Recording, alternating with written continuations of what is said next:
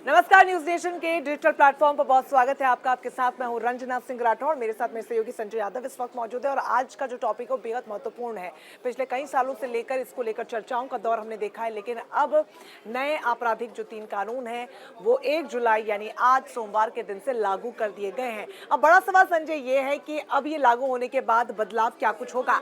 हालांकि उस पर सभी की निगाहें और वो सबसे ज्यादा महत्वपूर्ण होगा, क्योंकि आम जनता को तो अपने ही फायदे से मतलब है कि अगर बदलाव कुछ हुआ भी है तो वो अच्छा बदलाव हो और आने वाले समय में लोगों को इससे फायदा हो। क्योंकि कानून व्यवस्था खासतौर पर हमारे देश में बात करें तो कानून तो कई हैं, लेकिन धरातल पर लागू होते होते उसमें समय लग जाता है। और इसी वजह से कई ऐसे मामले देखने को मिलते हैं या अपराध का ग्राफ जो बढ़ता हुआ चला जा रहा है। कानून व्यवस्था सवालों के कटघरे में हमेशा से रहती है। लेकिन एक बहुत इंपॉर्टेंट बात यह भी है कि इस विधेयक को बीते साल जो है संसद के दोनों सदनों में ध्वनि मत से पारित कर लिया गया था, लेकिन तब से लेकर अब तक थोड़ा इंतजार हमें करना पड़ा। वो इसलिए क्योंकि इस विधेयक को आपको बता दें कि दोनों सदनों से पास करते समय सिर्फ 5 घंटे की बहस हुई। तो इसको लेकर लगातार हम लोगों ने बहस भी देखी है, क्योंकि संसद से जो विपक्ष के उस समय 140 से अधिक सांसद जो थे वो निलंबित थे। और विपक्ष का कहना था कि कानून व्यवस्था एक बहुत महत्वपूर्ण मुद्दा होता है संजय, और उसी वक्त विपक्ष का एक बहुत बड़ा हिस्सा नदारद था संसद।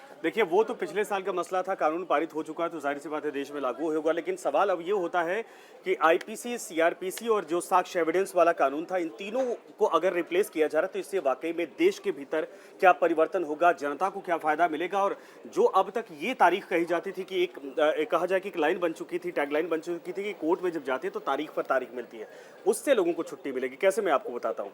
दरअसल इस पूरे तीनों कानून को अगर पढ़ेंगे, तीनों प्रक्रिया को पढ़ेंगे तो जो भारतीय दंड संहिता के आधार पर होता है, पहले क्या होता था कि एक जज अगर छुट्टी पे जाते थे तो वो जज बाकायदा जब हियरिंग होती थी उसमें वो अगर अवेलेबल नहीं है तो भी कोई फर्क नहीं पड़ता था। ये होता था कि भाई जज साहब छुट्टी पे हैं, तो जो क्लाइंट आया, जो वहां पे दोनों पक्ष आए और उसके बाद वापस चले गए।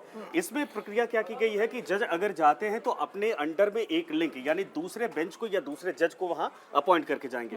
दूसरा जज भी नहीं आता है तो उसके अंडर में प्रक्रिया की गई है कि तीसरे जज को वो अपॉइंट करके जाएंगे, यानी आपकी सुनवाई किसी भी तरीके से मिस नहीं होगी। सबसे बड़ी चीज, इसको स्पीडी ट्रायल कहा जाता है, यानी जो 10 साल 5 साल लगता था वो अब हो सकता है कि 1 साल 2 साल 2.5 साल 6 महीने इनके भीतर इसको पूरा पटाक्षेप कर लिया जाए, खत्म कर लिया जाए। दूसरा क्या है कि आईपीसी, सीआरपीसी और जो साक्ष्य एविडेंस वाला कानून था, तीनों को लेकर ये अंग्रेजों के दौर का कानून एक तरह से था जो स्वदेशी नहीं कहा जा सकता था। तो सरकार ने ये बहुत अच्छा कदम उठाया है कि 77 साल हो गए, ठीक है, समझ में आता है।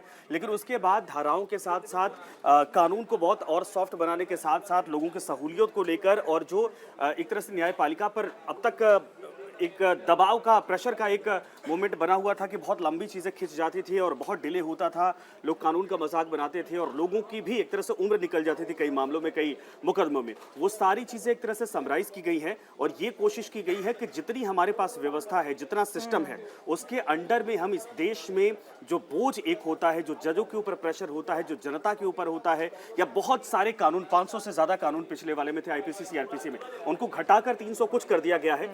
तो ये समराइज किया गया है कि कम वक्त में चीज़ों को कैसे पूरी तरीके से डाइल्यूट और एक तरह से हैंडल किया जाए और लोगों को इससे फायदा मिल सके। ये बहुत, मुझे लगता है कि बहुत सही तरीके से इन चीज़ों को एग्जीक्यूट किया गया था और वो आप आज से जमीन पर देखना शुरू हो बिल्कुल। और एक बात ये भी निकलकर सामने आ रही है संजय कि कई राज्य सरकारें हैं, उन्होंने इन कानूनों का विरोध किया है। ऐसे में आप सभी का जानना जरूरी है कि केंद्र सरकार के अधिकारियों ने स्वतंत्र तौर पर संशोधन का जो अधिकार है वो राज्य सरकारों को दे दिया, यानी कि ये केंद्र स्तर पर तो लागू होगा, लेकिन राज्य सरकारें चाहें तो अपने स्तर पर इन कानूनों में फिर से संशोधन कर सकती हैं। असल में विधानसभाओं में ये पहले से भी रहा है। विधानसभा में जब कानून बनाए जाते हैं तो राज्यों के आधार पर वो चीजें अपने हिसाब से, अपने स्टेट के परिस्थितियों के हिसाब से या समस्याओं के हिसाब से सरकारें पहले भी करती रही और इस सरकार ने भी उस चीज को उसी तरीके से रखा, यथास्थिति रखी है कि अगर आपको किसी चीज में अगर एक तरह से सब लॉ बनाना है तो आप अपने जो है कि विधानसभा से पारित करवाइए, उसको लॉ करवाइए। बिल्कुल। और चूंकि पहले के दौर की अगर हम बात करें और आज के जमाने की संजय बात करें तो अपराध करने का तरीका बदला है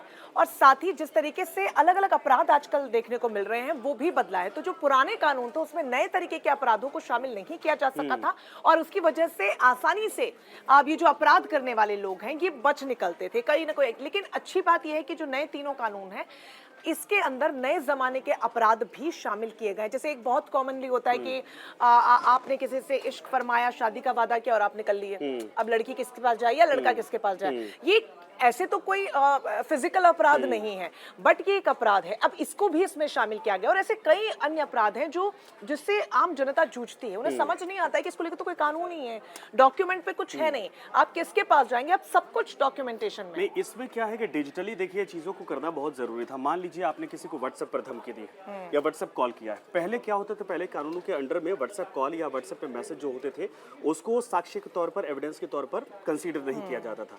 अब अगर ये आप प्रक्रिया अपनाते हैं, किसी भी तरीके से डिजिटली किसी को थ्रेट करते हैं, तो बाकायदा ये एविडेंस होगा और जो कोर्ट में एक तरह से एडमिसिबल भी होगा, वो कोर्ट की तरफ से बाकायदा जज की तरफ से उसको साक्ष्य माना जाएगा और उस आधार पर कार्रवाई की जाएगी। ये आधुनिक दौर में इस परिवर्तन की आवश्यकता थी और सरकार ने बहुत सही कदम उठाया। और साथ ही जिस तरीके की तस्वीरें हम देखते आए, खासतौर पर मॉब लिंचिंग का जो मामला था, जिसमें जाति के आधार पर, लिंग के आधार पर, धर्म के आधार पर मॉब लिंचिंग की खबरें सामने आती थी, उस पर भी रोक लगेगी क्योंकि अब नए आपराधिक कानून जो उसमें इसको शामिल किया गया है कि अगर मॉब लिंचिंग होती है, कल को आप भी उसका हिस्सा हो सकते हैं या आपके साथ भी हो सकती है, तो आप जाने कि ये आपका कानून है, ये नया कानून बना है जिससे इसको लेकर आप शिकायत दर्ज कर सकते हैं। और कई प्रावधान है, जुर्माने का प्रावधान है, सजा का प्रावधान है, चाहे लिंग के आधार पर हो, धर्म के आधार पर हो या फिर जाति के आधार पर। तो मुझे लगता है कि एक अच्छे सामाजिक व्यवस्था को बनाए रखने की एक अच्छी कोशिश यहाँ से। बिल्कुल, और यही कारण है कि आज गृह मंत्री अमित शाह ने बाकायदा ये कहा है कि अब तक जो आईपीसी सीआरपीसी होती थी इसमें दंड दिया जाता था, लेकिन असल में अब दंड नहीं बल्कि अब लोगों को न्याय दिया जाएगा। सरकार ने उस पर फोकस किया है और बहुत त्वरित तौर पर न्याय होगा, स्पीडी ट्रायल किए जाएंगे, लोगों को सालों साल या पूरी उम्र किसी चीज को लेकर झेलना नहीं पड़ेगा। और जो लोग कोर्ट से उम्मीद करते हैं, व्यवस्था से उम्मीद करते हैं, संविधान से उम्मीद करते हैं, वो लोगों को समय रहते मिल जाएगा। ये देश के हर एक पीढ़ी, हर एक आबादी के लिए, हर एक समुदाय के लिए बहुत बेहतर है। बिल्कुल, और यहाँ से ये भी समझना ज़रूरी है कि देखिए कानून तो नए बन गए हैं, लेकिन जो ड्यूरेशन होती थी, आप एफआईआर करते हैं, उसके बाद आप कोर्ट जाते हैं, आप याचिका दायर करते हैं, सुनवाई होती है, वो ड्यूरेशन में भी संजय कमी आना, क्योंकि और डॉक्यूमेंटेशन में तो बहुत कुछ है, लेकिन ज़रूरी जो है आम जनता के लिए वो यही है कि कानून तो पहले भी थे, अभी 2-4 आपने और ऐड किए होंगे और कुछ नया और बेहतर जरूर किया होगा, लेकिन धरातल पर उसे लागू करना एक बहुत बड़ी चुनौती है, खासतौर पर 125 करोड़ के देश को में। घटाए गए, जो पहले कानून थे 500 कुछ धाराएं थी, उनको घटाकर 300 कुछ कर दिया गया है। वो नंबर मैं काउंट करके आपको बताऊंगा, लेकिन सरकार ने यही तो कोशिश की है कि देखिए, एक तो क्या होता था कि अगर आप थाने में कभी मुकदमा लिखवाने जाए या किसी मामले को लेकर जाते थे, वहां पर पुलिस अधिकारियों की तरफ से बाकायदा 4, 5, 7, 8 धाराएं जोड़ी जाती थी। उसमें क्या होता था कि हर एक धारा के आधार पर सजा तो अलग थी, लेकिन वो कोर्ट में हियरिंग में लेकर, इसके अलावा पुलिस में बाकायदा जब पुलिस स्टेशन में रिपोर्ट दर्ज की जाती थी, उससे लेकर एविडेंस कलेक्शन में ये इतना हौच पौच होता था कि इसमें परिस्थितियां ऐसी होती थी कि एक अगर कोई आज मौजूद है तो दूसरा नहीं है, दूसरा है तो तीसरा नहीं है, तीसरे केस का हो सकता सबूत नहीं हो।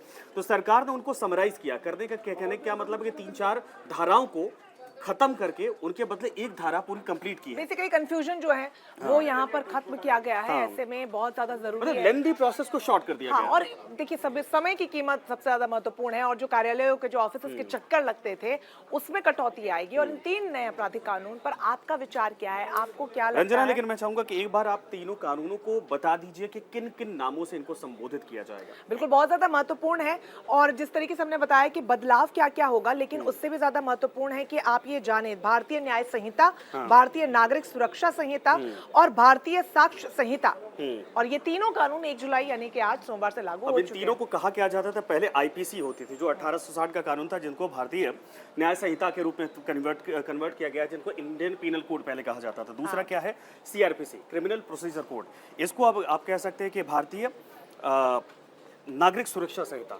और जो तीसरा था एविडेंस एक्ट, ये 1872 में बना था, इसे फिलहाल रिप्लेस कर दिया गया है साक्ष्य अधिनियम के तौर पर। तो ये थे तीनों कानून, आपकी राय इस पे क्या है? Do let us know in the comment section, और हमारे साथ बड़े रहिए ऐसी महत्वपूर्ण मुद्दों पर चर्चा के लिए। धन्यवाद।